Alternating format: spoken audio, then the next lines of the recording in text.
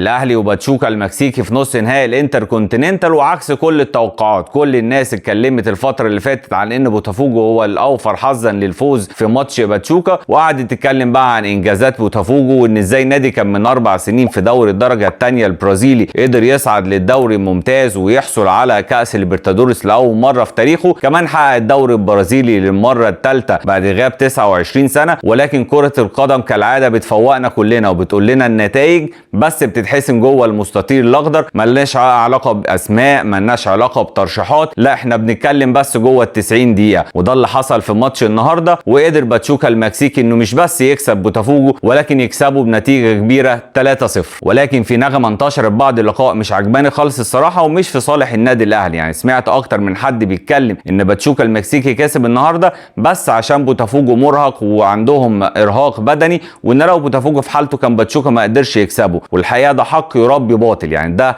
الكلام ده بيقلل من باتشوكا المكسيكي، وده طبعا مش في صالح الاهلي. يعني احنا لو بصينا على ظروف بوتافوجو البرازيلي قبل اللقاء هنلاقيه فعلا لعب اللقاء في ظروف غير طبيعيه، يعني بعد نهائي كاس ليبرتادوريس والملحمه اللي حصلت ولعبوا ناقصين طول اللقاء وقدروا يكسبوا في النهايه، لعبوا ماتشين في الدوري البرازيلي، ماتش يوم 5 وماتش يوم 8 وحسموا بيهم الدوري البرازيلي. ماتش يوم 8 ده يعني الحد اللي فات، بعد الماتش يوم الاثنين ركبوا الطياره رحله طيران 14 ساعه، وصلوا قطر يوم الثلاث لعبوا الماتش الاربع. طبعا ظروف مش طبيعيه، وطبعا ظروف تسبب ارهاق لاي فرقه، والارهاق ده فعلا كان باين في الماتش النهارده. يعني شفنا لعيبه بوتافوجو مش قادره تضغط على لعيبه باتشوكا، كمان الارهاق ده ادى الى ميس باس كتير، وشفنا الثلاث اهداف بتاع باتشوكا ناتجين لميس باسات من لاعبي بوتافوجو. ولكن زي ما قلنا ده حق يربي باطل. هل بس ده السبب؟ لا طبعا، باتشوكا كمان استعد كويس. باتشوكا وصل قطر قبل اللقاء ب5 ايام، درس بوتافوجو كويس جدا وعمل ماتش كبير النهارده قدر بيه يفوز بنتيجه كبيره 3-0.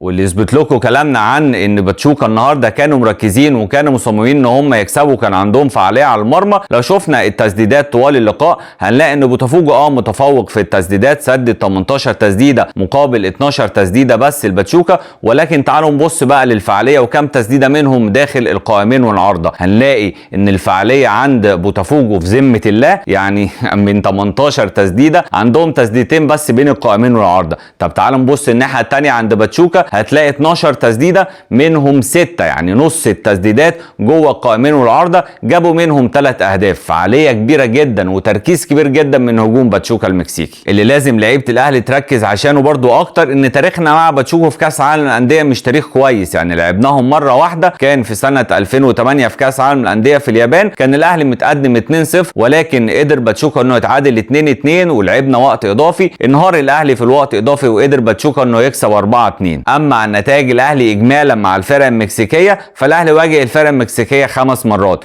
منهم مرتين فوز، مره فيهم كانت ضد كلوب امريكا ودي كانت اول مره الاهلي يحقق برونزيه كاس عالم الانديه، ومره قدام مونتيري المكسيكي قدامهم 3 هزايم، مرتين منهم كانت من مونتيري المكسيكي ومره منهم كانت نتيجه كبيره وهي اكبر نتيجه خساره للاهلي في كاس عالم الانديه بنتيجه 5-1، ومره قدام باتشوكا نفسه اللي قلنا عليها من شويه 4-2. نسيب بقى التاريخ شويه ونتكلم على الماتش الجاي والماتش المهم قدام باتشوكا، الماتش اللي هيتلعب ان شاء الله يوم السبت 14 ديسمبر في استاد 974 في قطر الساعه 7 بالليل باذن الله. هنتكلم بقى عن طريقه لعب باتشوكا المكسيكي وايه هي نقاط قوتهم وايه هي نقاط ضعفهم، وازاي الاهلي يقدر يتغلب على نقاط القوه وان هو يستغل نقاط الضعف. بيلعب باتشوكا المكسيكي بطريقه 4-2-3-1. اما عن التشكيل بيلعب بمورينيو في حراسه المرمى، لويس رودريجيز باك يمين، باريتو ميكوليتا الاثنين مساكين، وبرايان جونزاليس الباك الشمال. اما عن الاثنين المساكين مونتيلو وبيتزارا، الثلاثه اللي تحت المهاجم الفونزو جونزاليس وباوتيستا واسامه ادريسي، والمهاجم روندون. وهنا اول حاجه لازم نحذر منها النادي الاهلي هو هجوم باتشوكا القوي. اتكلمنا من شويه عن تسديداتهم وفعاليه التسديد عندهم، كمان لازم نتكلم ان هجومهم متنوع، يعني بيجمع بين المخ والعضلات. العضلات عندهم متمثله في روندون، لعيب بنيانه قوي محطه بيلعب براسه كويس،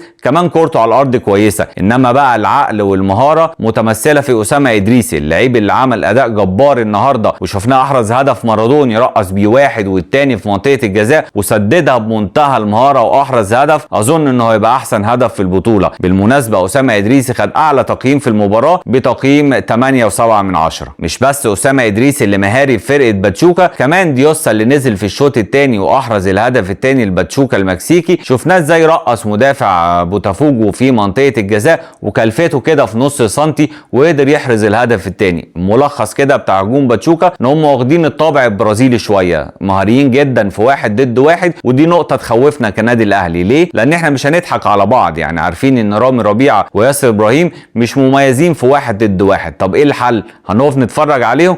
لا طبعا. في رايي لازم نلجا للحيله بتاعه موسيماني اللي كان بيعملها في الماتشات الكبيره زي ماتش سان داونز ووداد والماتشات التقيله في افريقيا، ان هو كان بيراعب حمدي فتحي كاليبرو معكوس قدام الاثنين مساكين. ليه؟ عشان لعيب زي اسامه ادريسي او ديوسا لو رقص رامي ربيعه او ياسر ابراهيم يلاقي حمدي فتحي في وشه، يعني رقص واحد يلاقي الثاني في وشه على طول، وده هيأمن بشكل كبير الدفاع الاهلي وهيسمح لك ان انت ان شاء الله تكسب اللقاء. كمان لازم دفاع الاهلي يركز في الكرات العرضيه، لان زي ما قلنا من شويه ان روندو مميز في ضربات الراس، فما نخليش مثلا ضربه ركنيه او كره ثابته يكسبوا بيها اللقاء وتعكنن علينا. لا ان شاء الله نركز ونمنع عنهم الكرات العاليه، كمان نمنع عنهم الكرات الارضيه، يبقى احنا كده شلينا خطوره باتشوكا تمام. كمان من رايي ان لازم اكرم توفيق يبدا في الجبهه اليمين عشان يوقف الجبهه الشمال بتاعه باتشوكا واسامه ادريسي ومهارته وخطورته اللي ممكن يشكلها على الاهلي. طبعا كلنا عارفين ان اكرم توفيق في الثنائيات وواحد ضد واحد بسم الله ما شاء الله عليه ما بيعديش حد، فلازم نستغله في اللقاء ده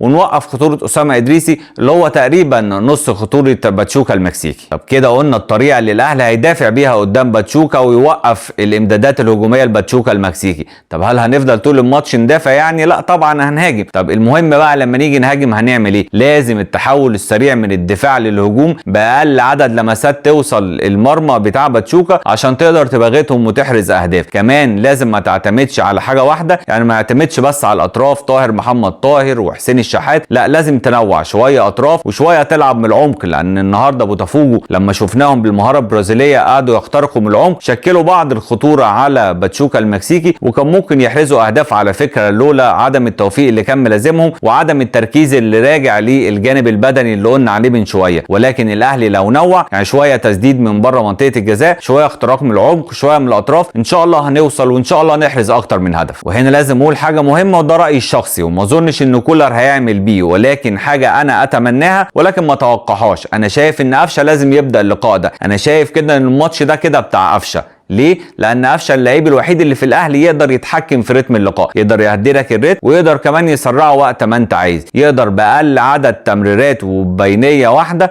يوصل هجوم الأهلي للمرمى. وشايف إن الماتش ده مهم جدا إن قفشه يكون موجود فيه، خصوصا إن فرقة باتشوكا زي ما قلنا بيعتمدوا على المهارة، فلازم أنت تقابلهم بمهارة الناحية التانية. أهم حاجة بقى لازم نقولها في حتة الهجوم وأهم من كل اللي إحنا قلناه، وصلت بقى للمرمى لازم تسجل، لأن مفيش مجال هنا لإضاعة الفرص، لان انت اصلا مش هتتاح لك فرص كتير في ماتش كبير زي ده. ننسى بقى الآفة اللي احنا بنعاني منها من سنين وهي اضاعة الفرص اللي ضيعتنا قدام ريال مدريد السنة اللي فاتت. يعني فاكرين كلنا ماتش ريال مدريد اللي خلص 4-1، الماتش ده الاهلي وصل فيه كتير على فكرة، ولكن آفة اضاعة الفرص ضيعنا فرص كتير في الماتش ده. قدر بقى ريال مدريد بخبرته طبعا انه يقلب الماتش عليك في الاخر ويعمل نتيجة كبيرة 4-1. يعني اللي يشوف النتيجة يقول ان الاهلي في الماتش ده كان ضايع وان ريال مدريد كان وان سايد جيم، ودي مش حقيقة. الاهلي عمل ماتش كبير، ولكن انت في ناحيه بتضيع وهو في ناحيه اللي بيوصل بيه في يجيبه، فانت لازم تستغل الفرص اللي توصل لك، ولازم الاهلي يستغل انصاف الفرص في اللقاء زي ده. وهنا بقى لازم نهمس في ودن اتنين، لو تخلصوا من الفرديه اللي عندهم ان شاء الله هنوصل وهنكسب باذن الله، حسين الشحات وطاهر محمد طاهر. اما عن الفدائي وسام ابو علي مش مطلوب منه يعمل اكتر من اللي كان بيعمله قبل الاصابه، يتحرك كتير، ينزل يخلخل دفاع باتشوكا المكسيكي، وان شاء الله بالسروهات سواء هيعملها له بقى امام عاشور او يعملها له حسين الشحات او قفشه لو كان موجود، يقدر يوصل للمرمى وان شاء الله الفينش بتاع وسام ابو علي متعودين عليه يقدر يحرز هدف واثنين ويكسب الاهلي باذن الله في اللقاء. في النهايه نتمنى ان شاء الله التوفيق لكولر وان هو يقرا فريق باتشوكا كويس جدا، ونتمنى التوفيق للعيبه اللي هتلعب ايا كان مين ال11 اللي هيبدا في اللقاء، وان هم اهم حاجه يلعبوا برجوله، يعني انت العب برجوله، موت على الكوره، موت نفسك في الملعب، والتوفيق ده باذن الله بتاع ربنا. ربنا. يعني اهم حاجه واللي نطلبه منهم ان انت تعمل 100% من مجهودك، وان انت تحاول على قد ما تقدر ان انت تستغل كل الفرص اللي يجيلك، وان شاء الله التوفيق ده بتاع ربنا باذن الله. نطلع قبل الماتش ونبارك لبعض، ونبارك لجماهير الاهلي والمصر كلها باذن الله بالتاهل للنهائي، ونلعب قدام ريال مدريد المباراه النهائيه. كده تغطيتنا للقاء المرتقب بين الاهلي وباتشوكا في نص نهائي الانتر كونتيننتال انتهت. اتمنى الحلقه ان شاء الله تكون عجبت حضراتكم، ولو ده حصل اتمنى دعمكم بالاشتراك في القناه واللايك والشير للفيديو عشان يوصل لاكبر قدر من المتابعين. اراكم على الف خير، وان شاء الله نتقابل بعد الماتش ونبارك للنادي الاهلي باذن الله وجماهير الكره المصريه. اشوفكم على الف خير، والسلام عليكم ورحمه الله وبركاته.